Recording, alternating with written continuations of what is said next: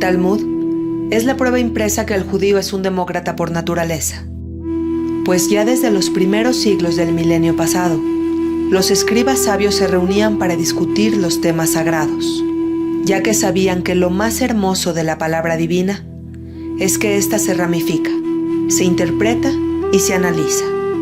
Y eso es precisamente a lo que el Talmud se dedica. Pero el Talmud no es para todos, solo para los que reconocen la sabiduría de la Torá y aceptan que de ella hay mucho que descifrar. El Talmud no llama a una total colectividad, solo a los valientes que se atreven a sumergirse en lecturas que requieren un exhaustivo esfuerzo mental, para después encontrar como recompensa las más sabias respuestas.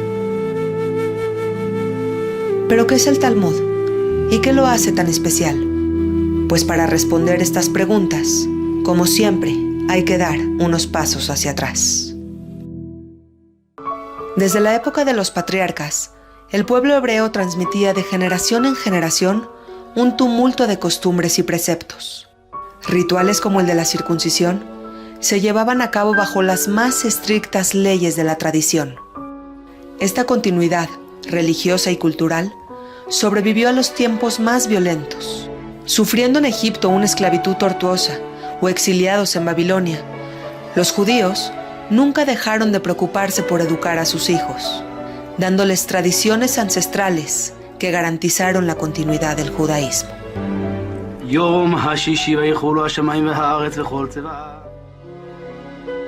Pero llegó un tiempo que la religión ya milenaria se vio amenazada.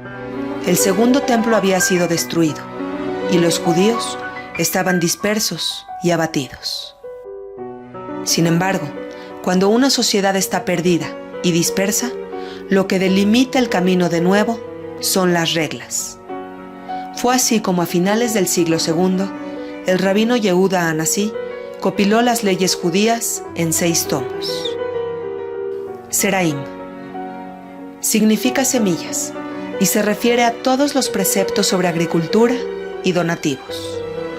Moed significa festividad y habla sobre todas las reglas para las festividades judías. Nashim, mujeres. En este apartado se encuentra todo lo relacionado con el matrimonio y el divorcio.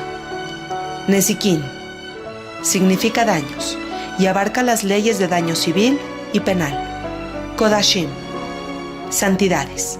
Se refiere a las reglas para los rituales celebrados en el templo.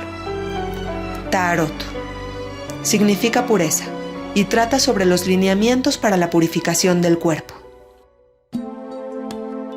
6 volúmenes en distintos tratados. Fue así como un extraordinario y completo reglamento fue organizado y finalizado. Aquel pueblo monoteísta ya conocía los 10 mandamientos, poseía la Torá y ahora tenía un nuevo reglamento que se llamó Mishnah. Recibió este nombre por la palabra en hebreo que significa repetir, pues la Mishnah repetía lo que durante siglos se había dicho de forma oral. Durante los 3 siglos siguientes, los sabios judíos de la época conocidos como Amoraim discutieron las reglas impuestas en la Mishnah, y para debatirlas se requería de un profundo conocimiento de la Torá. Dispersos en el continente europeo, los judíos opinaban y argumentaban. Grandes pensadores debatieron a pesar de no compartir ni el mismo lugar ni el mismo tiempo. Eran sabios, contribuyendo a un proyecto de conocimiento y de pensamiento. Eran sabios, contribuyendo a un proyecto que reflejaba una religión en continua prosperidad. Un proyecto escrito en arameo que más tarde sería conocido como Gemara. Los sabios de Sion escribieron el Talmud Yerushalmi, mientras que los sabios de Babilonia escribieron lo que fue conocido como el Talmud Babli. Posteriormente, los judíos se vieron obligados a emigrar continuamente, llegando a Constantinopla, Salónica, la península ibérica, la costa africana y Europa central. Fue así como la sabiduría judía se esparció, y no solo eso, sino que además floreció. gigantes de la literatura rabínica surgieron. Rashi en Francia, Eliyahu en Shlomo Kremer en Lituania, Maimónides en España. El Talmud se compiló por fin como un texto compuesto entre las reglas de la Mishnah y sus explicaciones y respectivos debates en la Gemara. El judaísmo no solo era una religión, era una rica cultura en continua construcción. Pero llegaron los tiempos oscuros, siglos enteros en donde el ser humano se llenó de ignorancia, y la vida del Talmud agonizó ante el odio irracional de las enfurecidas masas. Se trata de los tiempos de la Inquisición, cuando la locura humana llegó al punto de enjuiciar libros y condenar todo tipo de escritos prohibidos. El 15 de mayo de 1248, el Talmud fue formalmente condenado. En distintas hogueras de Europa ardieron miles de ejemplares, pero la quema más trágica se dio el 9 de septiembre de 1553, en Italia, cuando 1000 talmudim fueron arrojados al fuego, en medio de un odio absurdo y completamente ciego.